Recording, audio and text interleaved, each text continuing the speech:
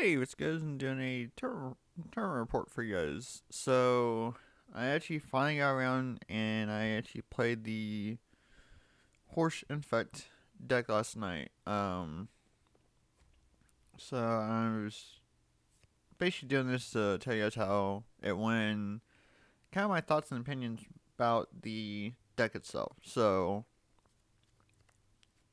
round one, I won first game, because my opening hand actually wasn't too bad. I had one of the Infect cards, the Tainted Strike, and quite a bit of other good stuff. So I Faithful Mending. I drew into the Cavalier of Gales, the Water Elemental Knight, and I think it was like another Tainted Strike. I drew into. Yeah, that was the draw phase, but card, but either way, I drew into another Tainted Strike. Um, I discarded the Gales,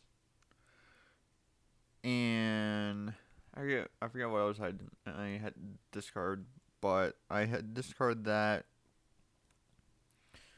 um and something else, and then I had persisted the Gales back, um which would be a 4/4, and then I didn't really do anything else because it doesn't have haste, and just pass turn. And then I drew, played land, and then I attempted the swing. He didn't have any response, and so I hit him with the first Tainted Strike, giving him 5 infects, and then passed. And then I did the same thing, swung in. He didn't really have any response, so I got him with the infect damage on the first game,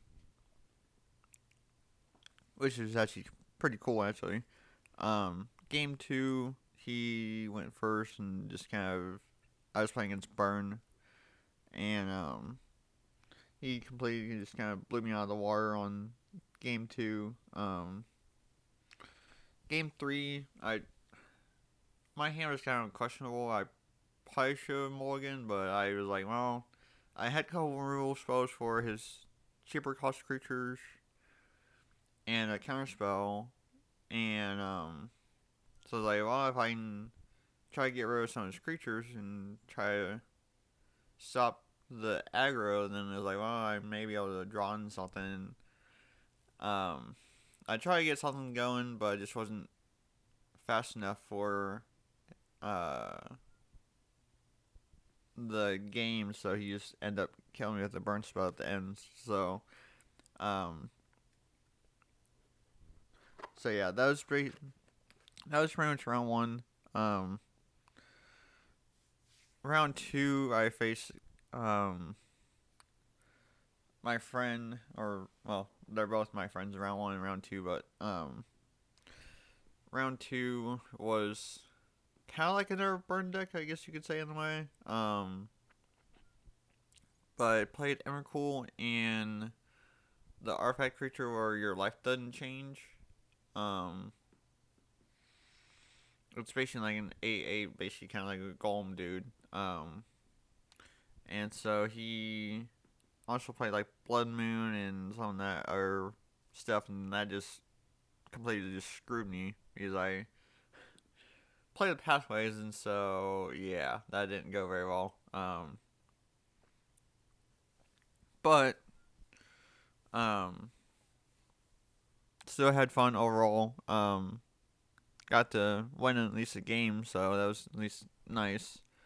Um, I think the couple changes I would probably make to this is one more persist if I can find one, which I should be able to.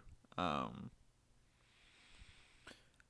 and then change out the pathways for basic lands because that just royally just screwed me having that blood moon dropped on me. You're like, oh, yeah, I can't do anything about that. So, um, and the game one of that round, I had Teferi in hand. I was going to drop it next turn, and that's when he played the blood moon. I was like, So, because I had a white and that just turned to red. It's like, oh, okay, yeah, that just screwed me. Um, so like I said a few changes I want to make. Um, one more persist, and then another of the two cost artifacts where you pay one and then you search for a basic land. I want to add another or one more of those in the deck, and then just swap out the pathways for basic lands, and that's pretty much all that I pretty much needed to change, at least from that perspective that I faced last night. Now I know it won't be the same every time, but if I need to have basic lanes for if I go up against Blood Moon again, then I won't get completely crept out on. So so um so yeah, so that's basically kind of how things went with the deck. Like I said, I was quite happy with how it went other than round two, but it is what it is. Blood Moon's just a heck of a card. So, but yeah, I think if I can just tweak it a little bit here and there, um, then I think I can get really aligned really well, and it can be pretty terrifying deck to go up against. So, um,